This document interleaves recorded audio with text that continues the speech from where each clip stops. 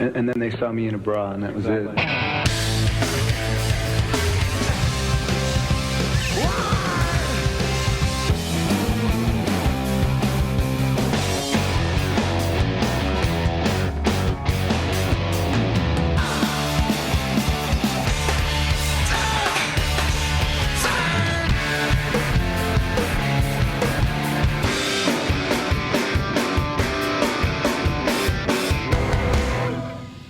What's going on, Pearl Jam nerds? You're listening to Single Podcast Theory, and I'm Brad Lyons. And I am your ho-host, Brad Blazek. Oh, man. Your ho-host. Yeah. Multiple meanings. Just listen to the end of the episode. You'll know why we're being dumb right now. Okay. Yeah. How you doing, man? I'm good. Is this episode 80, right?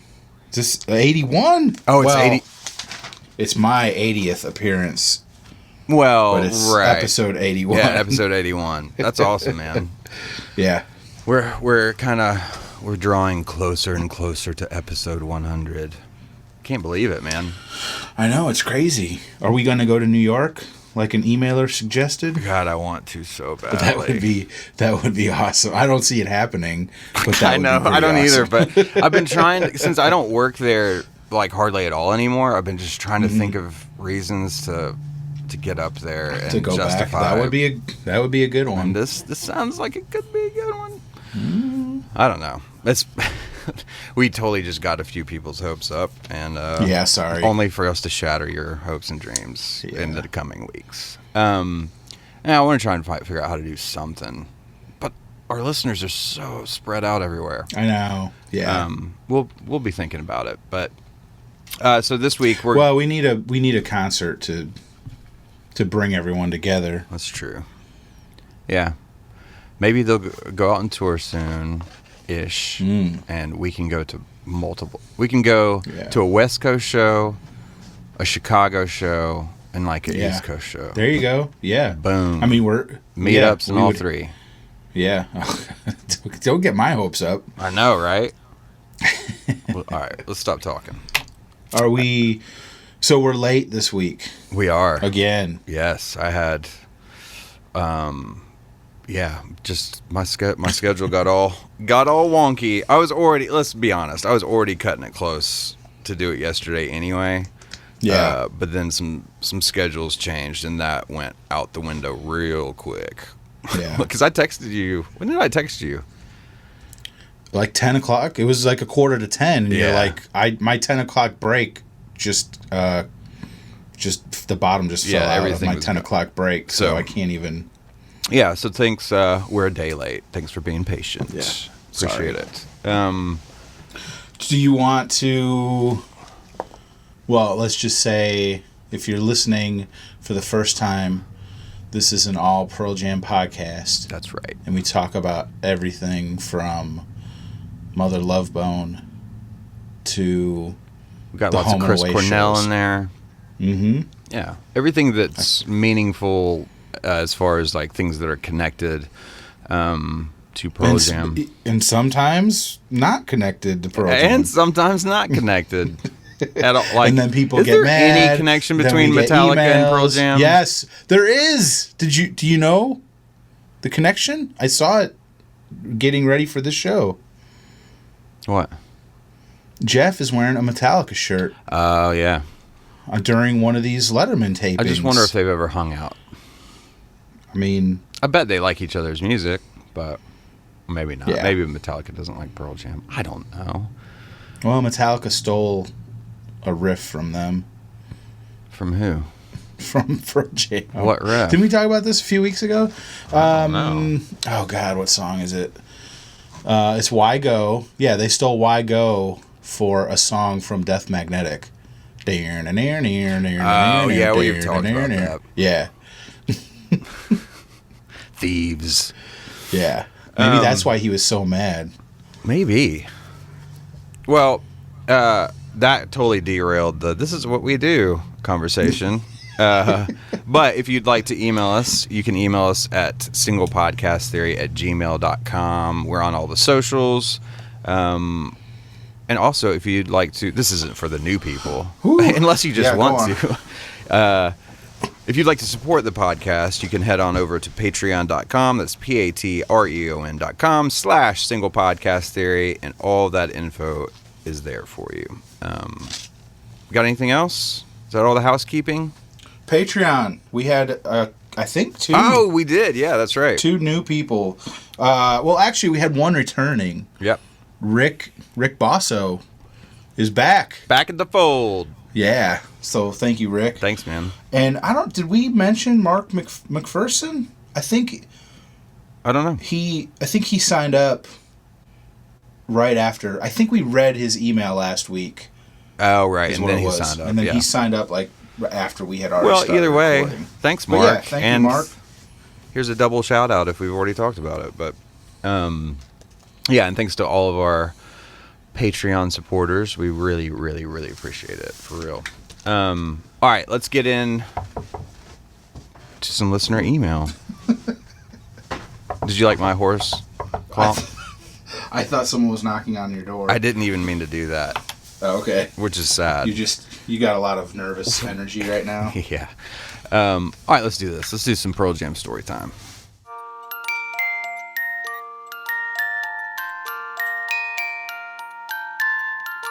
Good evening. This is Storytellers. We are here to tell stories. We just have friends up here that are listening to stories. Have I got a little story for you? This is the true story. It's your week, Brad. Yes, it is. All right, I'm sorry. Did you just take your pants off? Because I swear to God, I hear rustling and I heard a belt. And I'm now terrified. How do you hear all this stuff? What do you mean? I mean... You're sitting in front of a microphone, dude. I know. I just took my shirt off and put a different one on. You swapped shirts? Yes. You just weren't feeling it? I was wearing... no, I'm hot. It's hot. It's hot in here. But what's the difference between the two shirts? Is one just sweaty and one's not? Are you using it as a towel? A wearable towel? It's a Snuggie. I was wearing a Snuggie. Remember those? Oh, yeah. I've got 2. I wear them at the same time so that I'm completely... One's... you're supposed to wear them like a backwards robe, right? I do that, and then I put one on like a proper robe. Like frontwards? I'm completely awesome. cocooned. Man, yeah. Man-swaddling. No, I normally wear like an undershirt and then a t-shirt. Mm-hmm. And it's hot as balls in here. Because my wife had the heat on earlier, and now it's like... Cooking? It just feels like... Yeah. All right, so I put on a wife beater. I'm glad we got to the bottom of that. I mean, I could do it without a shirt on, if you prefer. Let's just move on to our friend Paul, who's been waiting since October 27th. I don't know. Paul might not be listening. He might not even be listening anymore. But you know what? We're men of our word. We're reading this story, by God. All right. Paul says, Brads, I can't believe I just found your podcast. I've listened to a lot of podcasts for a while now, and the concept of a Pearl Jam podcast never even occurred to me until there was a guest host on Pearl Jam Radio who mentioned on his show that made me wonder, and there you were. My earliest memory in life is my dad rocking Styx.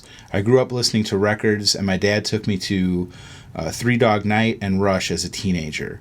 When Pearl Jam first came out, I was around 12 and had Alive, Even Flow, and Jeremy on a tape.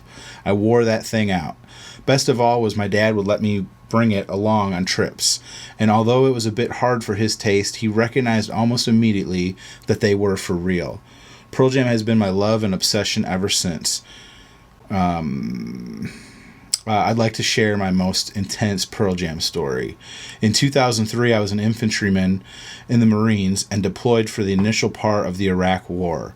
I returned to my base in Southern California on June 1st and found out that Pearl Jam was playing in Irvine on June 3rd. I asked my buddies if they wanted to go, but most were busy reconnecting with family. My wife had moved home already in preparation for me to get out of the Marines. So I went to Tower Records and bought a single ticket. I was able to get a great single seat. Second show for me. First was San Bernardino in 2000. The show was amazing.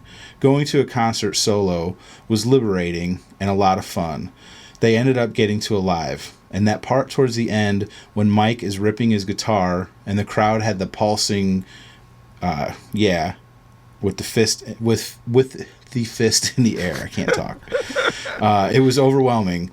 I was a week removed from the heaviest fighting the Marine Corps had ever been through since Vietnam. The song that I'd heard hundreds of times had a whole new meaning for me. I was alive. It was such a contrast to the death and destruction I had just witnessed and been a part of. I pumped my fist and screamed, yeah, with tears in my eyes and a smile on my face. Woo. I've seen them three... Yeah, man. Dude. Intense. Yeah. Hey, can you mark this and put in like a clip from Alive? Because it's on Apple Music, this show. You mean you didn't feel like you represented it well with your... No, my weak. Yeah. Yeah. Anyway. And you really brought me into Paul's moment there. Okay. All right. So, moving on. Do you need me to... No, I got it. You're good? Yeah. I've seen them 3 times since Salt Lake City in 2009, Denver in 2014, and I got to make it to a home show, night 2, this past August. That's awesome. Yeah. That Denver show in 2014, just off the top of my head, I think that might have been like the last show of that tour. Mm-hmm. I don't know. Denver 2014 sticks out in my head for some reason. Anyway. They played Alive at all those shows, and maybe it's just me, but the intensity I felt that night in Irvine hasn't ever been replicated. It's me, not the band. I'm a total nerd for Pearl Jam. I have Long Road specified in my will to be played at my funeral. Yes. I have 2... Yeah, man. I love that. I'm serious. That's cool. No, I know. That song, yeah. I haven't specified it, but... I might steal his idea. Exactly. I have 2 Pearl Jam books that have a permanent place on my desk at work, and a can of the home show beer proudly displayed, too. Listening to your show is like talking with friends. I'm forever grateful to you guys for making the show. You guys are great. I love the show, and thanks for letting me share a bit of my Pearl Jam love. Keep on rocking in the free world. Paul, man. That email was worth the wait. For me, anyway. Yeah. I don't know, man. That's... I know we were laughing at you, getting a little tongue-tied there for a minute, but that whole, like, going back to the idea of the Alive, kind of the myth, breaking the myth or whatever, of what that song's about and the perspective and how it's changed, and him, as he described, like, coming back from such intense... I don't even know. Are there words to maybe describe what that must have felt like? I don't know. You know what I mean? But I don't know doubt either. it. And I mean, and I've always had a soft spot for the Marines because my grandfather, both my uncles were Marines, and I never went. And just to read something like this, it's got to be just crazy. Yeah. To come home, yep. like two days later, to come home from the fucking desert and be at a show, Sure. Screaming, well, I'm still alive. It's very sincere, even though it sounds like such a cliche thing to say. But and I know I can speak for you as well. But thank you very, very much for your service. Oh yeah. I have the same thing, military in my family, and a couple the older guys in the first Iraq War. Couple older guys that lived on my street, or older than me anyway, because I was relatively young when that was all going on. Probably, middle school maybe? Something like that. I don't remember. But I remember him going, my buddy Ross going off, and then coming back. And I don't know. That's just it's a weird experience, man, to be a young person and kind of like say goodbye to someone and realize... You don't know if you're gonna see. You know what I mean? Like, there's a chance you couldn't see him again. Like the intensity of that is, and that's just as an observer. You know what I mean? I can't imagine what that actually feels like to be that person. So, to be able to come back and see that particular show and that particular song is just really, I don't know, it's moving. You know, it gets deep. Thanks for writing all that, man. I'm serious. I'm stealing the long road. I'm taking it. Taking it from you, Paul. I'm writing it down right now. A reminder to myself that that's part of my, like, funeral party that I want to have. Yeah. You know what I mean? But thanks for being patient with us reading your email, and thanks for taking the time to do it, man. I hope you're still listening. All right, you want to move on? Yes. Yeah. Are you sure? Yes. Are you positive? I am. Because you know who it is. Oh, I know. Your buddy. Your Our buddy. My but buddy, you have you have a different kind of relationship with him than I do, I think. Yeah. Our buddy John Farrar. Which, am I reading the fuckface email, or am I reading, there's a bunch here, which one did you flag here? The very first one. The videos? Yes. Yep. You didn't, yeah. He starts off by cussing at us. That one? Yes, that one. Because I want to talk about why he yelled at us about. Okay, cool. He says, videos. Brads, you didn't talk about the fucking girl in the DTE video? She's the thread that connects the whole thing. Who is she? What does she represent? I need at least 10 more minutes on this thing. The Chop Suey videos are great. Too bad they didn't get much airplay anywhere. Save You and Love Boat Captain are my favorites, but they're all worth holding on to. In my opinion, Save You is written to the same person as Not For You, 8 years later. Fuck me if you only want to hear what you want to hear. Also, these videos are the first time most of us got to see Boom with the band. Very good point. Mm-hmm. And he says, that's it. Thanks, John. Okay, cool. Now, you want to elaborate on this, or just the girl in the video from Do the Evolution? I don't know why we didn't bring her up, but she kind of like, you know, they show her throughout. Mm-hmm. You know, especially the I don't know what you call that. The bridge, is that the Hallelujah part? Yeah. Is that the bridge? Is that considered a bridge? Yep. And she's just kind of like she's like dancing to like a strobe light kind of thing. Yeah. You know? Right. And she kind of pops up every once in a while throughout the video, which is just an interesting concept because, as we talked about last week, the whole video just is so like just quick cut after cut after cut of different things. Mm-hmm. It is a barrage. But she kind of shows up, and apparently she is based on or looks a lot like the character of Death from the comic book The Sandman. Oh, cool. I didn't know that connection. Yeah, I didn't either until we started doing the episode last week. But it's just interesting that if there's one theme throughout that whole video is Death keeps showing up, you know? Yep. Well, kind of got... Sorry, go ahead. Go ahead. I was going to say, she kind of is like... she always has that like smirky smile on her face. Sly. And, mischievous. Yeah. Yes. Well, and kind of like when Eddie sings Do the Evolution, she does that like she points like at the camera, at the screen. Right. You know what I'm saying? Yeah. Well, the relationship to Death in that whole video is just like both. It's for me anyway. Both this idea of I think she kind of represents both, and part of that kind of mischief. It's really dark, but almost comes across as, I don't know, fun in a way. It's just like, yeah. The fact that they're showing all these examples through. We talked about. I think I've mentioned this on the episode, but you know, it's almost like this cut point where all the death and destruction leading up to, you know, because it's kind of the evolution of life is part of this whole video, right?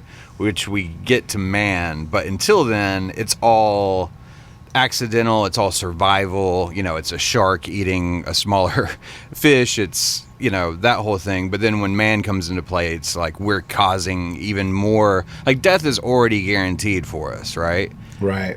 But then all the destruction and chaos in the rest of the video is all caused by man. You know what I mean? Mm-hmm. Yeah. So it's like, for me, it's just this kind of back and forth between, hey, isn't it already kind of awful that we have to deal with this thing in the first place?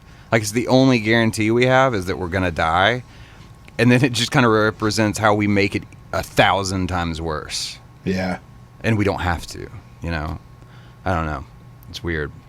I think she kind of represents that, like, duality in a way, that common thread throughout the whole thing. Yeah. But it is funny that we didn't talk about her. You're right for yelling at us, John.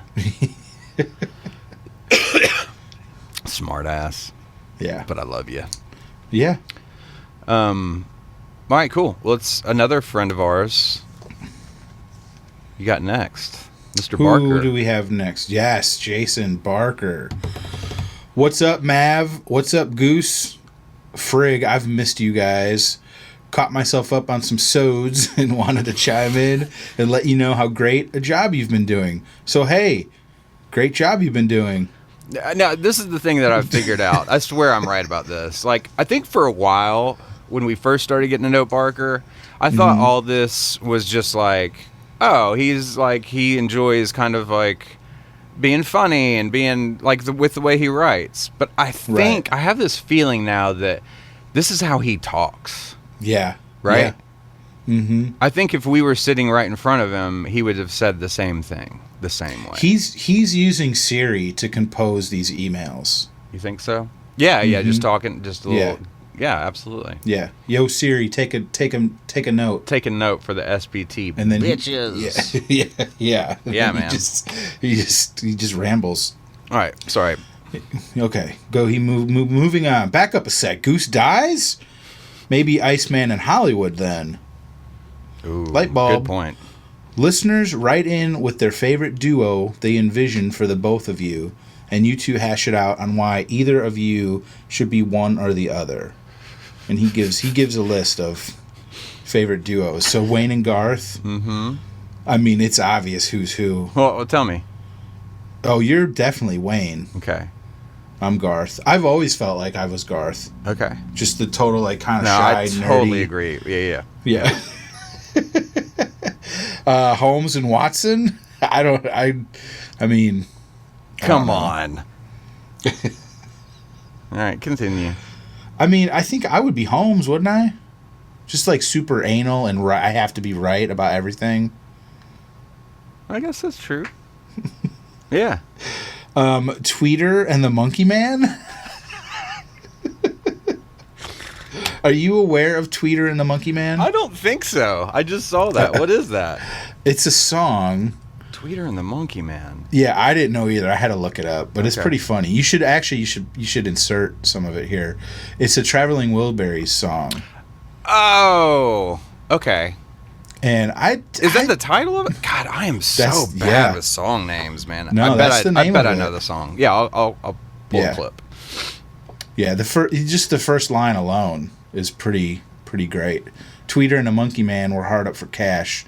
They stayed up all night selling cocaine and hash. Yes. Yeah, you know the song. Yep. So I don't know who I would be in that situation. I like the next one. Yeah, coffee and donuts. Now this is like obvious. It's so obvious. Like you don't even have to, you know. We don't even need you to can go send into this. You can send in your duos, but this is like the ultimate duo right here.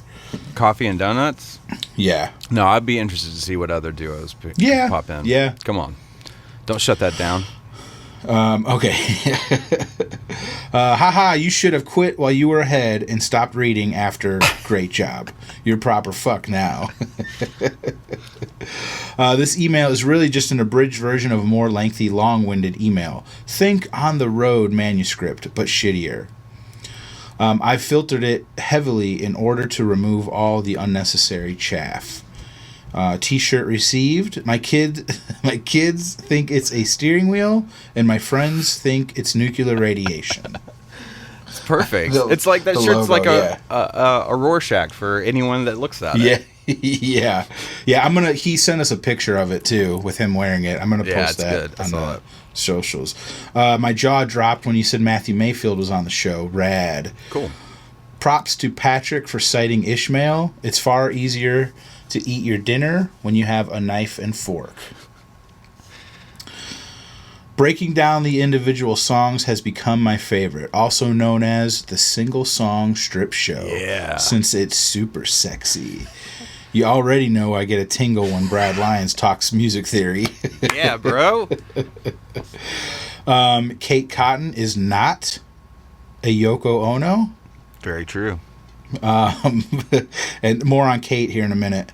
Mother Love Bone. Okay, sure, but where is the Green River episode? Oh yeah. Oh, don't. We need that's to do coming. that. We do need to do that. We need to have Tom Quee on for that because Tom is a big fan of Green River, and he's emailed saying he wants to do that show. Cool. So we need to when we can figure out how to get 3 people separately all together. Metallica and all those gang signs. Jeez, I fucking hate you all. What's the gang signs? I missed something. You know what he's talking about? Mm-mm. The gang signs. I just like that he said, "Geez, I fucking hate you all." Yeah. Brad radio was Grud radio. Ed's hair is short because he was growing out that ridiculous mohawk. #poser. Yeah, man. And all this time I had thought Democrats were the snowflakes. I like it. Love you, Cuffers. Jay out. Man, thanks, Jay. Jay Barker. Hell yeah. All right, let's move on. We got 2 more. Got one here from a new listener. So what's up, new listener? Yeah. Thomas. I like this guy. Thomas Gaw. He says, "Hey, Brads. My name is Tom Gaw, and I'm a new listener to your podcast. I'm 26 years old, and I'm from Chicago. Hell yeah, man. I've been a Pearl Jam listener since middle school, which he says is 2007 for him. But I got really into the band after the first time I saw them in July 2013 at Wrigley Field. Since then, they've become my favorite band. The music has helped me get through some tough times, and it has been an amazing experience getting to know a band like Pearl Jam over the years. I found Single Podcast Theory about a week ago after randomly searching for Pearl Jam podcasts on Spotify. It has been awesome listening to people who share the same love of Pearl Jam. I'm on episode 7 and can't wait to get caught up to present day. It might take a while. Yes, it might. So far, especially, we got a couple 2.5 hour. God, that one Wrigley one was what was that, 4.5 hours? 4 God, plus. that's like 3 weeks of listening. Anyway. Yeah. He says, so far, I've loved listening to the podcast, then re-listening to the music with your unique perspectives. I've been lucky enough to see Pearl Jam 8 times in concert. Wrigley Field, July 19th, 2013, he was second row. St. Louis, 2014, he was at the Moline show with No Code in 2014. Let's see here. At the Global Citizens Festival in Central Park, New York City. I bet that was badass. I think that was the show with Beyonce. Yeah. And then he went to both 2016 Wrigley shows and both 2018 Wrigley shows. Wish we had known about each other and we could have met up. Maybe next time. Says... Oh, I'm going to give his real quick, just because he added me in the email. He called you out. He says, I'm a little behind. I love the subtlety. You know what I mean? He literally didn't say anything, but we know exactly what he's saying. Yeah, that's all. Yeah, get to it. But so he goes, I'm a little behind, but in episode 3, you shared your studio album rankings. Here's mine. His number 1 is No Code. Loved that you both had this at number 1. Sing It Straight Through in Moline really helped me appreciate this album more. Then number 2 is 10, the album 10, and it just says in parentheses, at Brad Lyons. And I'm sure that he's referring to the fact that I put number 10 at number 8 in my album rankings. So, touche. Fair enough. It's just so perfect and simple. I love too. This is his first email, so we don't really totally know his personality yet. Yeah. I just love that it was at Brad Lyons, you motherfucker. Number 3, Yield. Number 4, like his, other than 10, his like top 4 is like my top 4. Yeah. That's what's funny about it. It's just that one switch. Let's see. Number 4, Versus. Number 5, Riot Act. Number 6, Vitology. Number 7, Lightning Bolt. See, Lightning Bolt was up. I think I was 7 for Lightning Bolt too. Number 8, Self-Titled. Number 9, Binaural. I know I'm going to get crap for this. I'm looking forward to the Binaural episode so I can get a different perspective on this album. Kind of report back to us and see if you changed your tune at all. And then number 10, Backspacer. Thanks again for starting this podcast. Has added another level of love and appreciation for the band for me. I look forward to listening to the next 72 episodes. Thanks, Tom. Thank you, Tom. Yeah. Appreciate Thanks, it. Tom. Thanks for hanging out with us. Appreciate it. All right, one more email. What you got? This is from Tim. Hey, Brads. Just got a nice surprise in the mailbox today with a couple of stickers. Just want to say thanks for sending these. Well, thank you, Tim. Thanks, for being Brad a patron. Yeah. Oh, yeah. Yeah, you're welcome. Am enjoying the shows as always. Loved the solo episode, Brad Lyons. Loved the solo Brad Lyons episode, and would definitely be up for a solo Brad B episode too. What? Yeah, I've had a couple people say they want can't me wait to to do hear one. it too. Oh God, yeah, I bet. I can't wait to edit it. Oh my God. It's gonna be a fucking nightmare. Why? I'm kidding. I have been doing these podcasts for a long time. I think I can. You're very professional. I was just giving you a hard time. You're gonna have to. You're gonna have to. It's walk gonna be me a through shit it. show. Because you were explaining it to me the other day about, well, you're gonna have to do this, and then at the end, I'm sure there's some sort of file page you can go to and click them all together, and I'm like, oh. Click them all together. Click your heels 3 times and they'll all be together. It was great to hear your praise of Phoebe Bridgers lately. It's funny how sometimes you hear of something from multiple unconnected sources, and it's as though the stars are aligned to show the way. About 6 months ago, a guy at the local record store played me her album, and while I liked it, it slipped out of my brain. Then over Christmas, I heard Boy Genius, which did stick. It took a few weeks then to connect the dots between Boy Genius and Phoebe's solo album, and it was literally the next day that you mentioned her on the episode. It was an aha moment. She played a show in Sydney the other day, but unfortunately I couldn't get there because of work. It's a 2-hour drive each way, and it was the next day that the whole Ryan Adams story broke. Boo. So it just seems like, seems like she's everywhere, and I everywhere I look at the moment, and I love it. Anyway, take it easy. That's Tim. Well, I do gotta say, he did mention also that he's seeing Jay Mascis this Sunday night, and I'm very jealous of that. Dinosaur Jr.'s come to play in Birmingham twice in I think the last year and a half, and I couldn't get tickets to either one. I was super pissed about that, but I love Dinosaur Jr. Still listen to them. Thanks, Tim. Oh, I just want to point out, he didn't say while I like it, because he's from England. Australia. He said whilst I like it. Yeah, don't Americanize that shit, man. Well, I'm just kidding. I don't know. It just feels weird. It's like saying y'all. Yeah, man. I don't even say y'all. Yeah, but sometimes listeners do. Yeah. It's very true, Brad. They do sometimes. All right, that's our emails for this week. Again, if you want to email us, singlepodcasttheory@gmail.com. Hit us up on all the socials, and check out Patreon if you'd like to support us further. All right, so here's what we're going to do. There's a very special relationship, obviously, between the band and David Letterman. Growing up for me, it was just like, that was when you were ready to hit record on the VCR to record Pearl Jam performances on something like Letterman. For me, that's what I did anyway.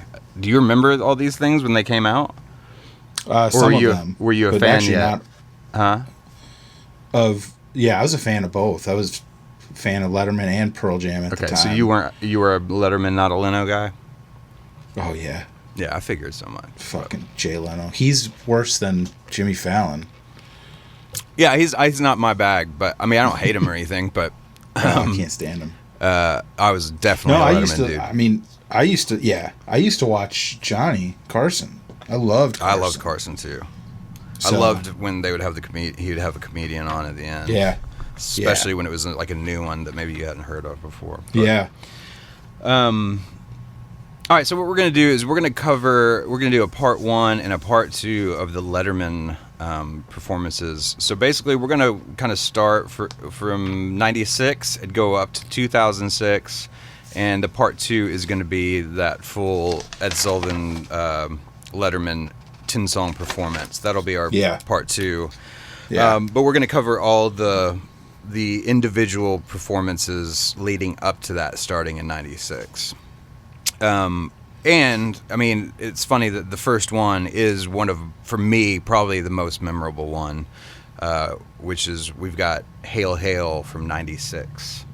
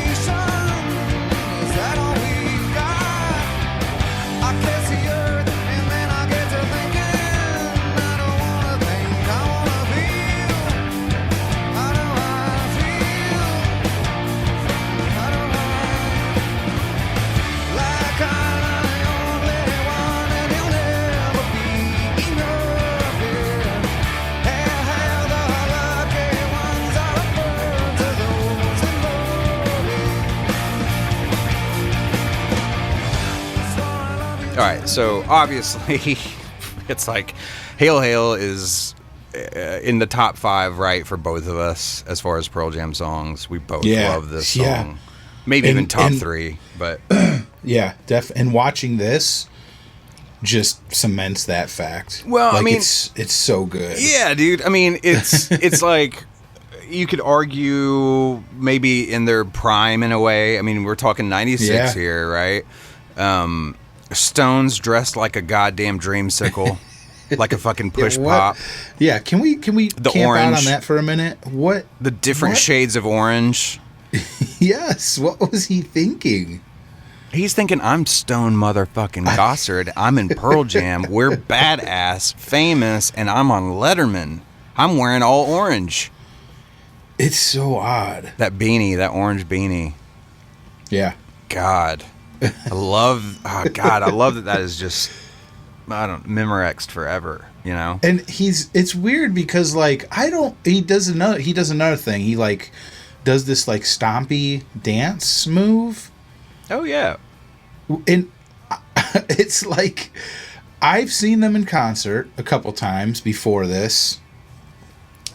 And I've seen him, on TV or in magazines, and it's like, I've never seen him dressed like that, and I don't remember him doing that, like, stompy dance move kind of thing. I do during that period of time. Do you? Okay. That was like an early Stone kind of thing. Like, when he was really fucking jacked up about the show or whatever they were doing, he kind of did that for a while, but it didn't last. Okay. Yeah. Well, it just was kind of jarring to go from what, normally I think of in my head to that. Sure. To see him like that. But I mean, the performance is incredible, and like you said, this was their first time on Letterman. God, I don't even know. Would this have been their first time on TV, besides like the music award shows? Like this. But this you mean might have been besides their like first... Unplugged and VMAs and Yeah, like late night shows. Surely not. 96? No way. I mean, that's a good question. I don't know. I guess I've never thought of that. Yeah. I hadn't either until now, but I don't think... I mean, they've been on SNL. They've been on the music award shows. Mm-hmm. But... I mean, Yeah, was Like, Letterman the only show they really did? I bet it. I bet it was. I think so. I mean, I think they did. They've done Colbert here lately, the last few years. Sure, But that makes I don't know. You know, as the premier Pearl Jam podcast, maybe we should have, you know, researched this a little bit before we fucking Well, I start talking actually about never it. thought of it. I never thought of it think either, I but I'm would've- thinking. What I'm getting at is this, like you said before, It was, like this it was is a big deal. It was a huge deal to see them on Letterman, and like I recorded it and watched it 100 times. Wore that tape out. Yeah. So. Well, Eddie's got, I don't know. contrast to just like visually, since we're talking about a performance, Yeah. contrast Eddie and Stone. Yeah. Eddie is like fucking all svelte. He's got a new haircut. He's like it's suit jacket. tucked behind his ears, shoulder length, fucking beautiful Eddie. Yeah, with the fucking sport coat on and like, yeah, I mean, he still had jeans on, but he was, you know, looking pretty fucking tight. Yeah. Especially for '96. That was not like, he was not looking like a grunge guy, Right. you know? Yeah. Yeah. Of course, we had Jack back there on the drums, Oh, which man. was fucking Yeah. killer. Incredible. And it's cool to go back and watch this again in context of you didn't know that there was going to be a relationship between Pearl Jam and David Letterman blossoming kind of from this point on. You know what I mean? Yeah. Yeah.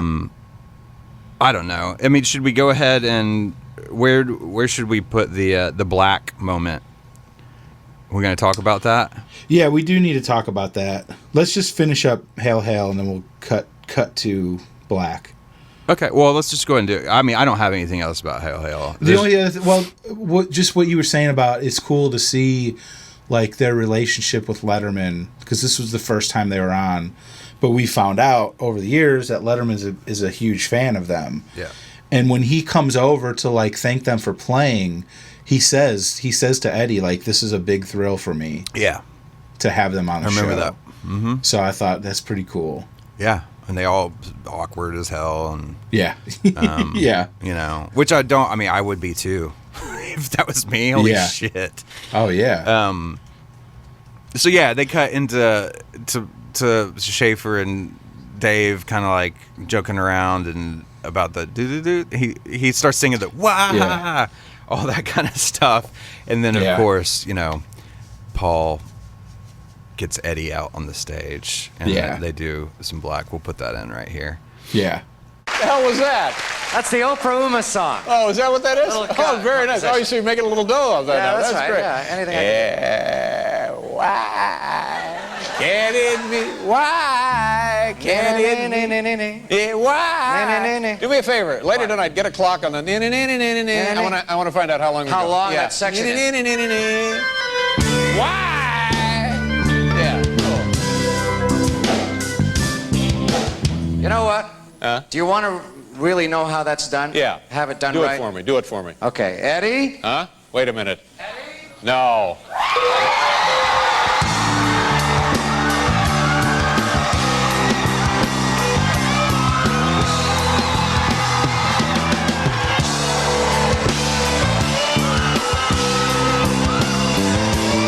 I know someday you'll have a beautiful life. I know you'll be a star in somebody else's sky. But why?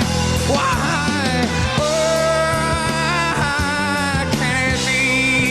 Or can it be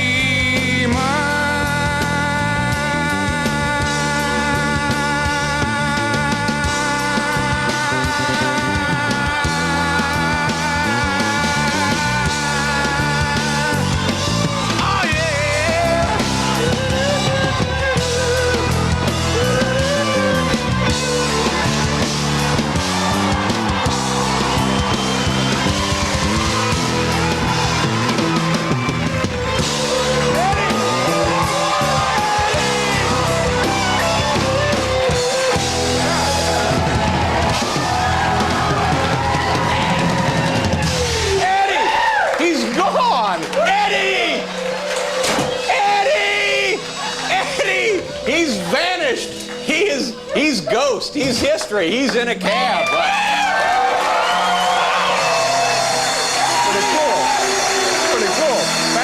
much. That was very nice. Okay, we got to do a commercial. We'll be right back with this. Eddie, come here. Come here. Eddie, come here. Thank you very much. It's a great pleasure to have you here, Eddie. Nice job. Thank you. Eddie Vedder. It's just like, it was cool to see Eddie, even though he still looked like kind of brooding, awkward Eddie, he was willing to have fun and not take himself so seriously. When if you think about, again, in context at the time, it was all like, you know, the perception in the media was that him and people like him and Lane Staley and Chris Cornell and Scott Weiland or whoever were all these just like, I mean, yeah, they're dark people, but yeah, if you really look at a lot of interview footage and stuff, they're all fun dudes. You know what I mean? Right. They're not all just doom and gloom all the time. Yeah. Or it doesn't seem that way. Again, I don't know any of these people, but it was nice to see him again, like, not showing that he doesn't have to take everything so seriously, you know? Right. Well, and the story I heard is that was a surprise to Letterman, that he didn't know that Eddie was going to be there. Paul had figured that or worked that out. Yeah. Yeah. Because the band already knew the song. You know, I mean, you know, anyone that watched Letterman back in the day, he would have ongoing jokes. Mm-hmm. And, you know, I think that part of Black got stuck in his head, and he was singing it like every night. Right. And then this happens, you know? Yeah. It was cool, man. I love it. It was a fun moment. Yelled both sides of the backstage doors on either side of the stage. Yeah, he goes and brought him back Eddie out. Yeah. And like gives him a hug, and Eddie's just kind of standing there like, ugh. Or that's what it seems like anyway. Yeah, man. Obviously, that's a really cool moment. All right, so let's skip ahead 2 years to Yield is out, and we've got the Wish List performance. We couldn't be more excited, more happy, and proud that our next guests are joining us tonight for our 1000th show. Their acclaimed new album, right here, is called Yield, and next month they begin the highly anticipated U.S. tour. Here they are. Welcome back, Pearl Jam.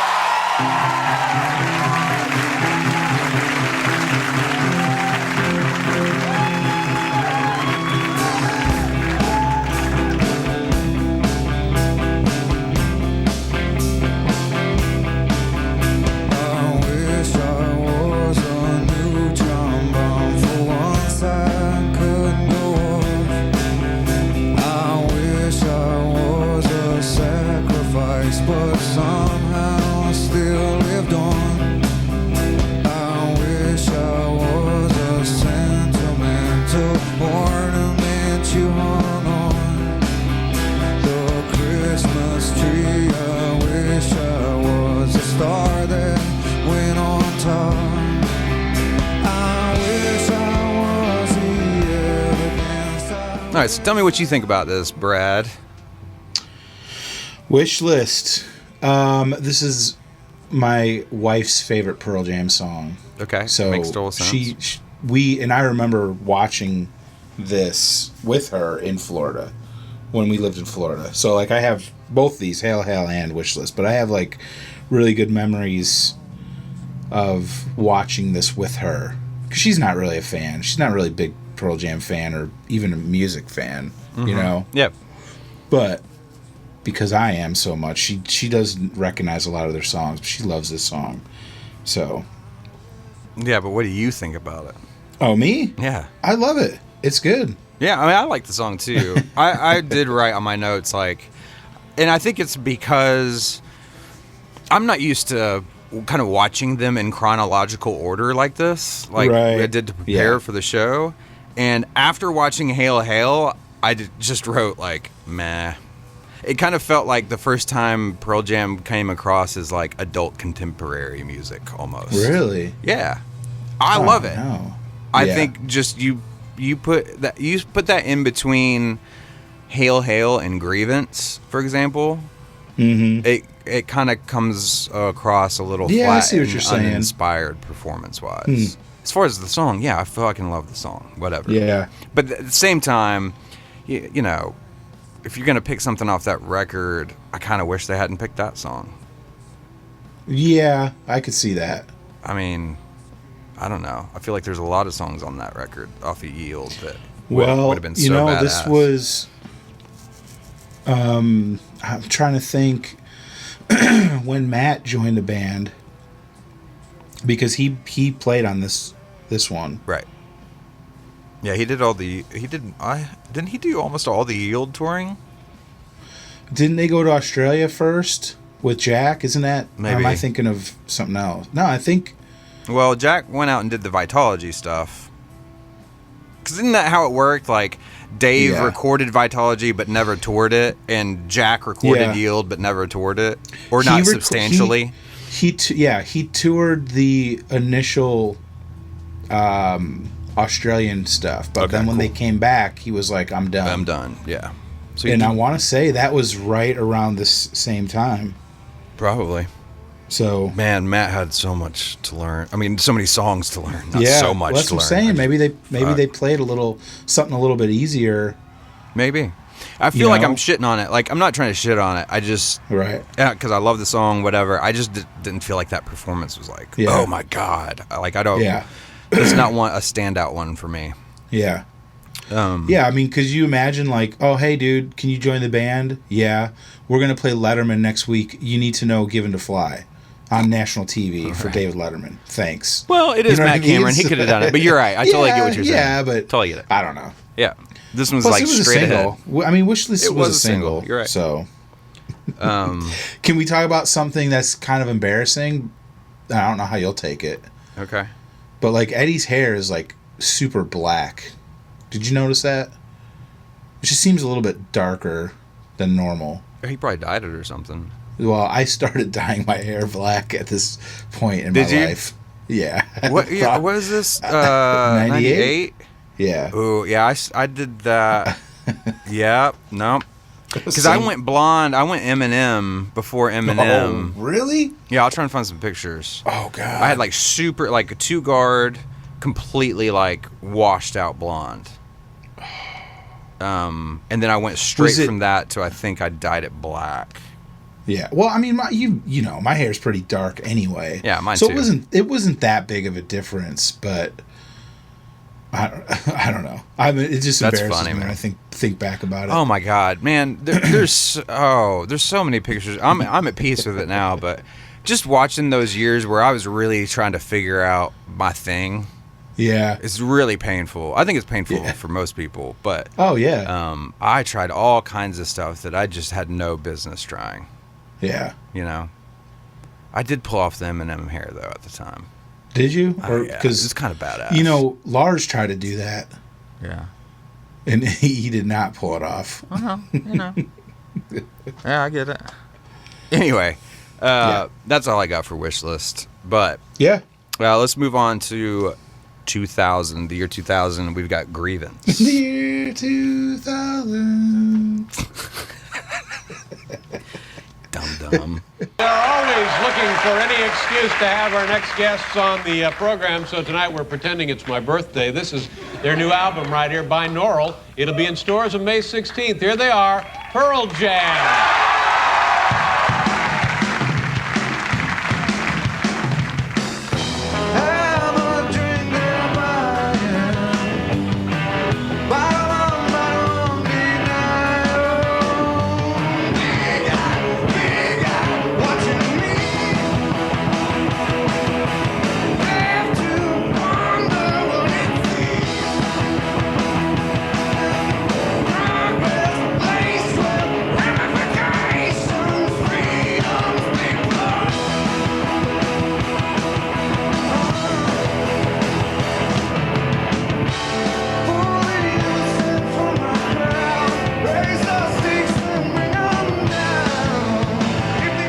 Man, we got 12.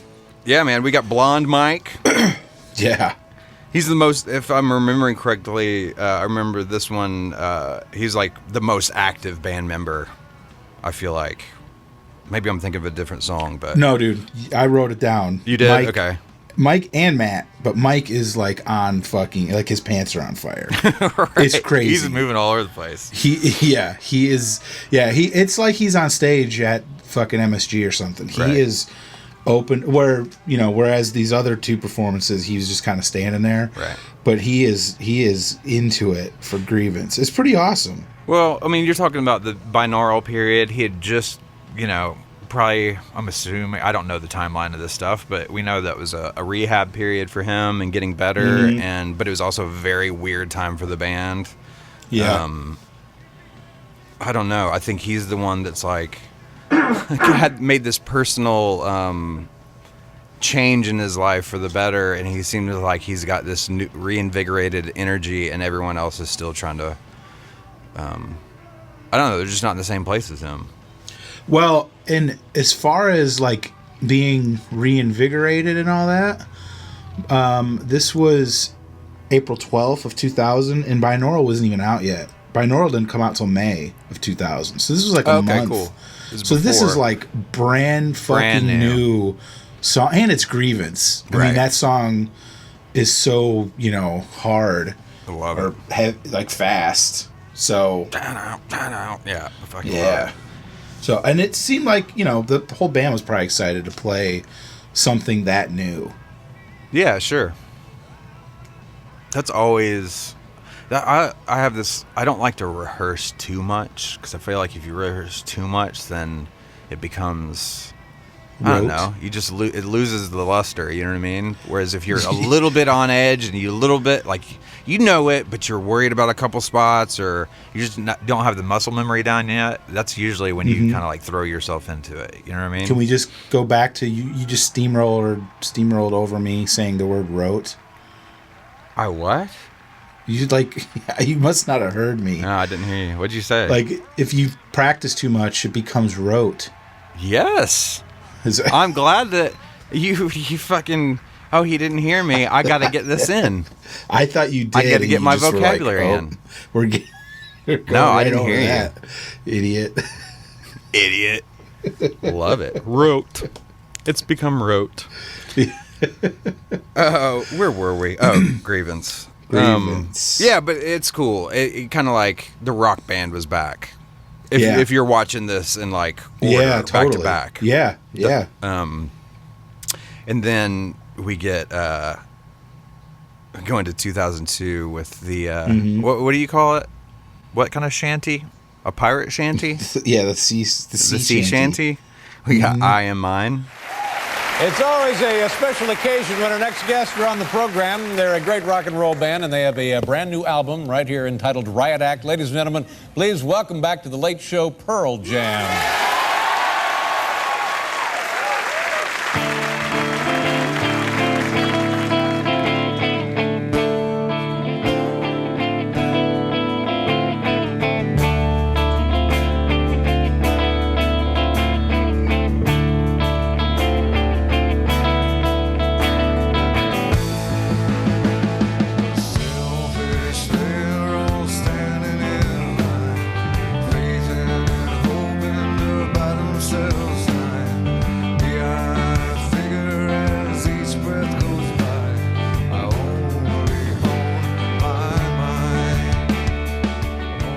I thought it was a great performance. I thought I felt like the emotion for a slower song was there for I Am Mine that I felt like was missing from Wishlist. But because if you look at it, they're kind of going back and forth. They're like kick ass with Hail Hail, chill single with Wishlist, kick ass with Grievance, and then I Am Mine, which is, I'm not saying it's the same as Wishlist or anything, but it's got similar vibes. It's not as in your face.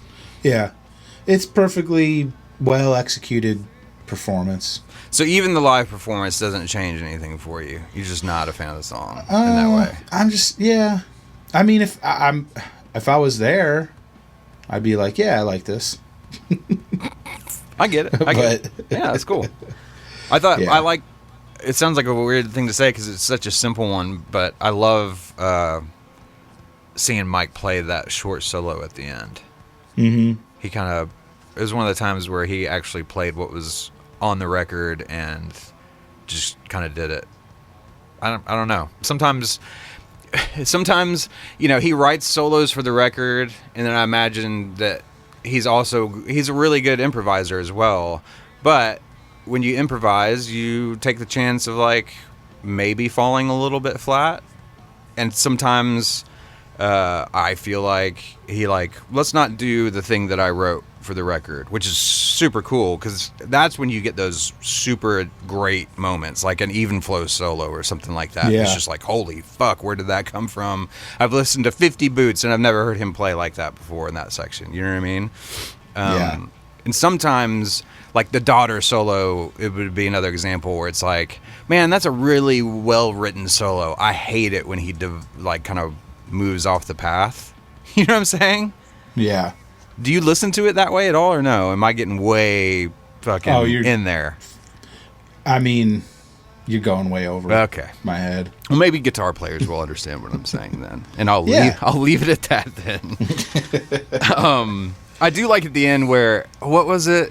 I should have written it down. I think Letterman comes out and says, thanks for being, you know, Pearl Jam again, whatever. And then he turns to Eddie and he's like, you guys gonna be here tomorrow? Tomorrow, I think is that what he said? Yeah. And Eddie goes, I hope. And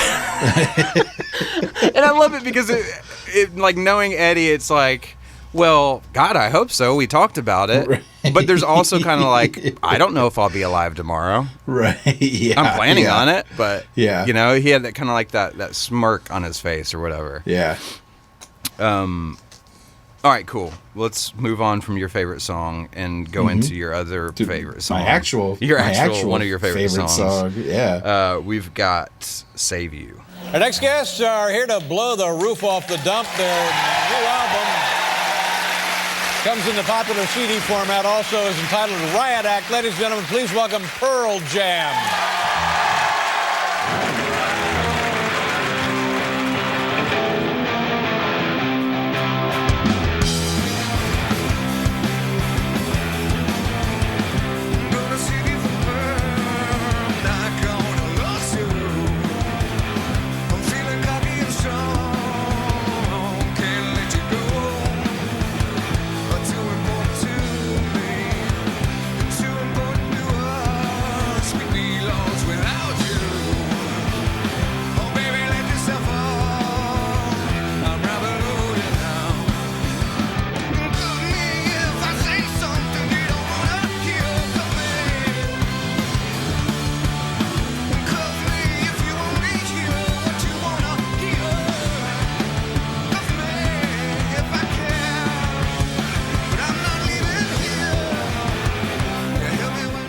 Okay, so what was the actual date on this one? Do you have that written down?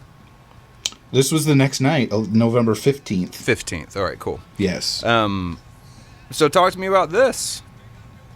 I think you're going to be surprised what I say about this one. Really? I love it. This was, you know, one of my favorite songs, and it's, you know, they sound great playing it. They fucking killed this one, I thought. Like, it's not one of my favorite overall songs. I like the song for sure. But they fucking just killed that one. Yeah. I love it. Cuff you. Yeah. I always thought that was interesting. Stone's solo is great. Yeah. I loved it. I think I almost forgot that he takes the solo on that one. Jeff's bass tone is so fucking sick on that song too. That little breakdown thing. I think it's after this. Is it after the solo where the drums? Matt starts going. It gets really growly, and it's just. I think it's just bass drums and vocal. I think. Yeah. God, Jeff sounds so badass. I don't know. It's the most rock and roll performance they've done on Letterman since Hail Hail at this point, for sure. Yeah. Something that kind of loose and energetic and straight up rock and roll. I don't know. You got anything else? This is the one. This is where Jeff is wearing a Metallica shirt. Is it? And just kind of blows my mind. Why? It's a long, because you just don't see. Pearl Jam is not really ever, you know, connected with Metallica in any way except for. No, I don't know. No, they're not. You know what I mean? Sure. They're just not. Yeah. And Jeff will wear. All these dudes will wear certain band shirts, but not Metallica. You know what I mean? It's always like Kiss or Clash. You know what I mean? Sure. More stuff that they like grew up with. So I don't know. It's just weird to see Jeff wearing that Metallica shirt. I love it. And it's just a logo too. It's not like the Injustice for All album cover. Right. Which that would be fucking sick. But you know what I mean? Yeah. But I know Jeff is like a metalhead. Right. To some extent. Well, that's the thing. And this is kind of a good segue into the next one, what I was about to say, if it's cool with you. But these guys I've been thinking a lot about this, I think, in the last 9 months as a direct result of doing this show, which is, again, the basic statement is just really from talking to you and listener emails and meeting people in Chicago or whatever and talking about music and how completely differently everyone I guess processes or the reasons why they like music and but Pearl Jam is one of those bands that they truly love music as a whole. Like Eddie's not just a punk guy or just a classic rock guy or just a whatever. He fucking loves music, and you can hear how he's influenced by all these other types of music. And every guy in the band is like that. I'm just using him as an example. But, in 2004, they do Bob Dylan's Masters of War. Thank you. Our next guests are currently touring on the big Vote for Change tour, and they're also featured on the CD. I have a copy of it here, entitled Songs and Artists That Inspired Fahrenheit 9/11. Please welcome back to the program, Pearl Jam.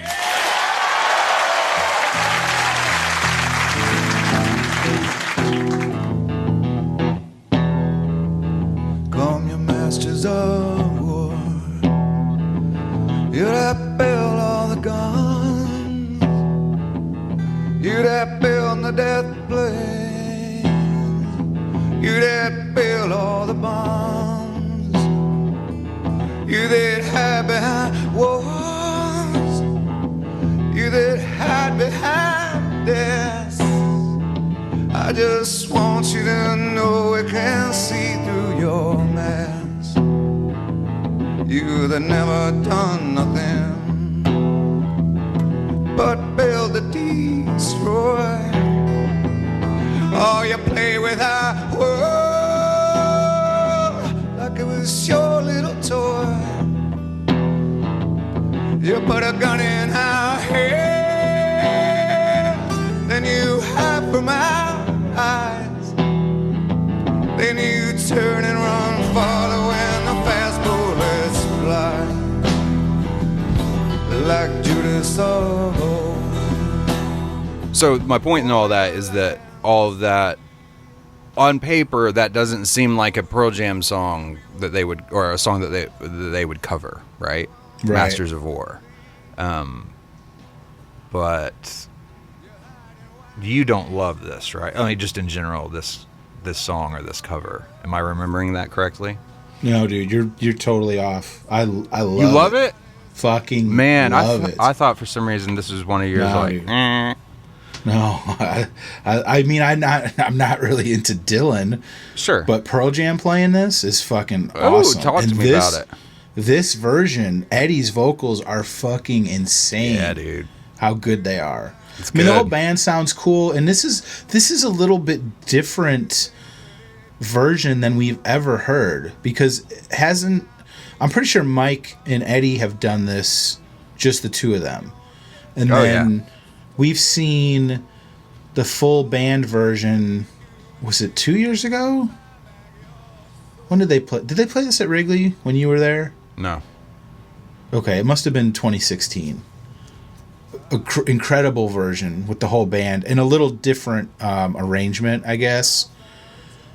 Well, I mean, but this is like an unplugged version with the whole band, and it sounds really fucking cool. Mm-hmm. Yeah.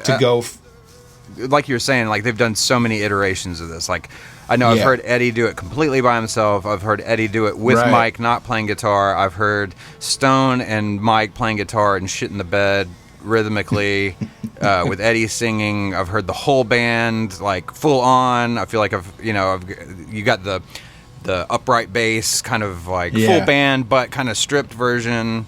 You know what I mean? No drums. Yeah. But this is all of them fucking playing it, and it's a really cool version. And I gotta be honest, I'd never seen this before till we talked about doing this episode. Really? That's cool. Yeah. So it's like really fresh for you. Yeah, and it's just God, Eddie's just like I'm sure we're gonna play some of it, but like go back and listen to the whole thing. It's fucking. He sounds so great. Yep. Well, and you can tell that's one of the reasons why they are like a great cover band because they totally pick songs that mean something to them or to the person that brought the idea, or there's a very specific reason for the covers and the tags that they do. You know. Yeah. Where some bands it's just like, oh, people will really like it if we do this song. Right? Yeah. They're not one of those, and that's cool, but they're not one of those cover bands. You know what I mean? Yeah. They make it feel like it's a Pearl Jam song. I love the reason for this song, like the lyrics. You know, it's just like fucking war is bad. You know what I mean? Like it's such a simple concept for an extremely complicated thing. Right. Yeah. You know what I mean? Totally. But you listen to the words and it's like, yeah, I'm with you. You know, I'm with you, Dylan, and I'm with you, Eddie, like saying these words. Like I agree with all this stuff. And I'm sure a lot of people don't, you know? Yeah. And I get it. I get where those people are coming from too, but it's like I don't know, you listen to those words and it's like it's just so simple. Yeah. I love shit like that. Yeah. All right, let's move on to the last one before we break part one, and we'll come back in the future with part two. But we've got, I think... Oh, can I just say that I think at some point the late night show, they were playing Hail Hail before, like through the commercial break. The band was, or the like Pearl like Jam Paul, was, no, the Paul, Paul's what's his band. name? Paul, yeah, Paul Schaefer. Paul's band, Paul Schaefer, the late night band, late show band. They were playing Hail Hail, like right as the commercials ended. Yeah, I forgot about that. And they did it. I think they did it some other time too. I know that I've heard Paul and the band. I had heard them play a couple Pearl Jam songs for like interlude music or whatever. But that's pretty cool. Hell yeah. So we're going to move on into 2006 with Life Wasted. Thank you very much, Paul. Thank you so much. This is very impressive right here. Our next guests are a wonderful rock and roll band and longtime favorites around here, and this is their new eponymous album right there, Pearl Jam. Please welcome back to this program, Pearl Jam.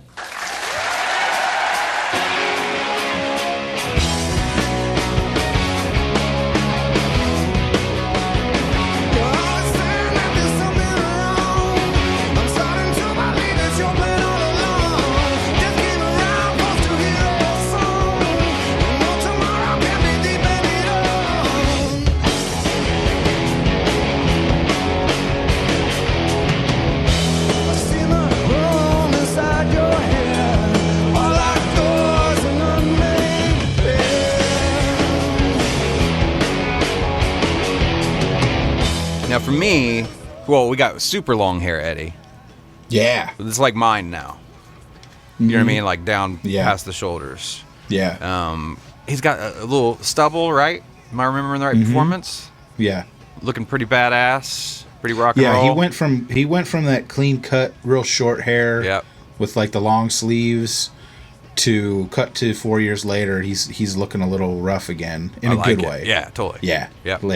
Man, I remember this performance too. I remember watching it and thinking, oh shit. because I love this song. Yeah. I always have. And while it's not my favorite record as a whole, like I've said before, man, there's so many great fucking songs on that record. And this one's one of them. And I felt like you were talking earlier about like new material and like it still being fresh for the band and maybe a little bit scary to play these brand new songs in front of people that have been waiting for it. But I thought they fucking killed it. The energy was awesome. Totally. This is like a very fucking killer smoking version of the song. Everyone seems happy. You know what it is? This, I remember actually, I was thinking about this last night or whenever I rewatched this. It's like, oh, like they kind of settled in. That's them settling into. I know they look different than in 2006, you know, because it was 13 years ago or whatever. But I still feel like that's what Pearl Jam became, is around the Avocado record. I feel like they grew up and they made it through all that weird, like, quote unquote, like adolescent bullshit and figuring out fame and somehow stayed together as a band. And I feel like it's around here where it was like, everyone was like, oh, this is fucking awesome that we still get to do this for a living. Yeah. And we still make really good music. And everyone's relatively healthy now. Like, Mike is healthy at this point. Eddie seemed to figure out a lot of stuff while still retaining, you know, he's still a serious dude or whatever. But I don't know. There's just something about that changeover for me around 2006 that felt really good. Well, and they named the album, the name is that was the self-titled album. Right. And I think that means something. You know what I mean? The fact that it was like, you know, this is us, like starting over kind of thing. Right. So it's self-titled. I always think it's weird when bands, I think their first album should be self-titled, and after that, you can't have a self-titled album. Okay. That's my rule. We'll get the word out to all the people that make records. Please let them know. Yeah. We have meetings every Thursday night. And don't even get me started on Led Zeppelin. What do you mean? Because technically their first 4 albums are all called Led Zeppelin. Like we all call them. They're called 1, 2, Zeppelin 3. 1, Zeppelin 2, Zeppelin 3. No. Yeah. That's what we call them. Just like we call Pearl Jam Avocado. But it's really Pearl Jam.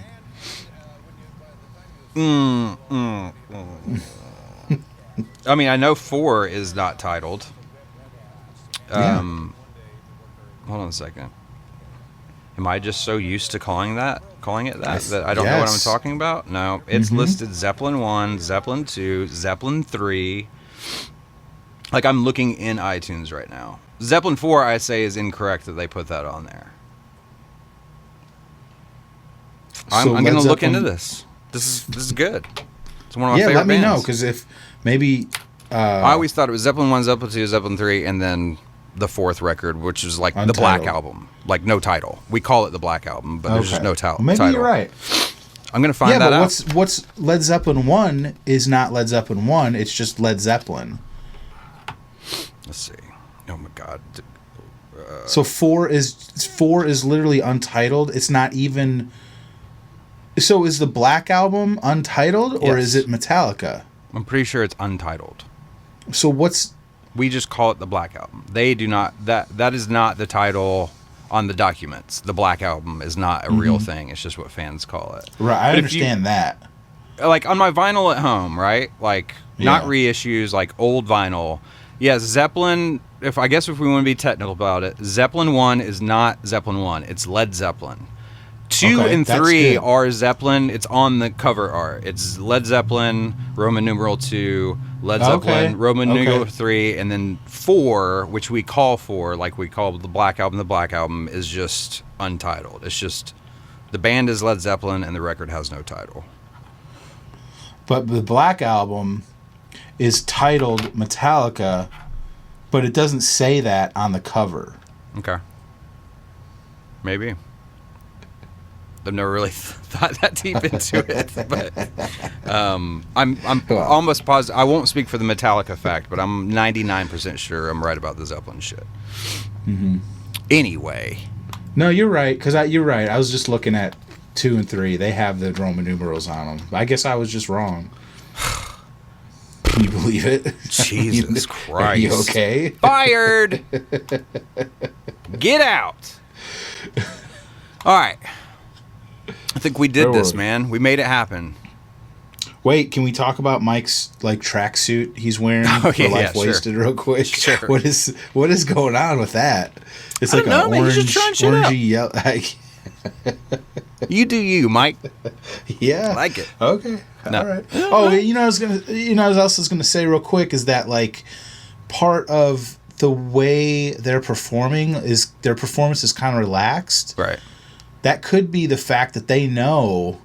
Because Life Wasted was for the show, right? But they also played this next like concert later that same day. Yep. So they were just kind of settling in, like this is like we're opening for ourselves. Yeah. You know what I mean? Yeah. I remember this being a big deal. I remember. Yeah. You know what I mean? Like. Yeah. Apart from the performance that will come after, I just remember. There seeming like even Dave, I felt like at the time seemed more excited. It was just this big push. Like Pearl Jam is coming on Letterman. They've got a new record. It felt like the biggest PR push that they had. And the internet was kind of new-ish. You know, like it was way more ubiquitous than it had been before. Yeah. Yeah, and there was gonna, we'll talk about it in this part too. But the show that they were doing later. Was like a webcast, right? And that I remember that being a big deal. Mm-hmm. Like, oh, you can watch the concert from your computer. Think about that. I know. That was that was in 2006. Yeah, that was not a long time ago. Oh my god. Anyway, all right, cool. Well, thanks for hanging out, everybody. Again, if you'd like to contact us, singlepodcasttheory@gmail.com or hit us up on the socials. If you'd like to support us. Patreon.com, patreon.com/singlepodcasttheory, and we will be back next week. Until then, I'm Brad Lyons. And I'm Brad Blazek, saying I will feel alive as long as I am free. Be free, Brad. Take that shirt off. Ooh. Get naked, Brad. Yeah. Do your thing. Don't go like that ever again. Bye.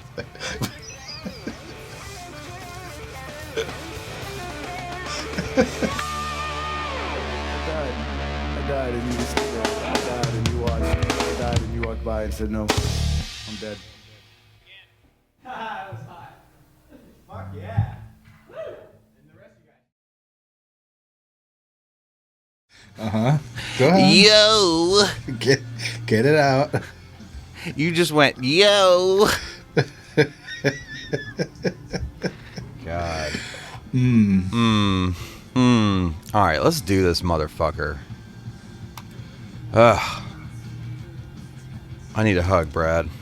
I know. I can hear it in your voice. Can you? I'm sorry. Yeah. I'll try and not be that guy. Oh, dude, you're good. Yay, this is Brad Lyons. Get it up. I'm not at all tired. And give it up for my ho-host. Oh, shit. My ho-host. Yeah. I can't believe I've never intentionally said that ever before. That is such a... Oh, my God. I just created new terminology. It's so, like... Oh, perfect. My ho-host. It's so perfect and devastating at the same time. And not true. You're not a hoe. I thought you meant like ho-hos. No! Oh, this keeps getting better. Host like instead of co-host. I get that. I was just... Oh, man. Okay, well... just made it a lot harder for me to sound tired on the show this week. Okay. Wait, isn't there? Yeah. Ho-hos are candy. Yeah, ho-hos. Junk food, like Yeah. Ho-hos. A chocolate snack cake. Yeah, there you go. Oh boy. Oh God. Okay.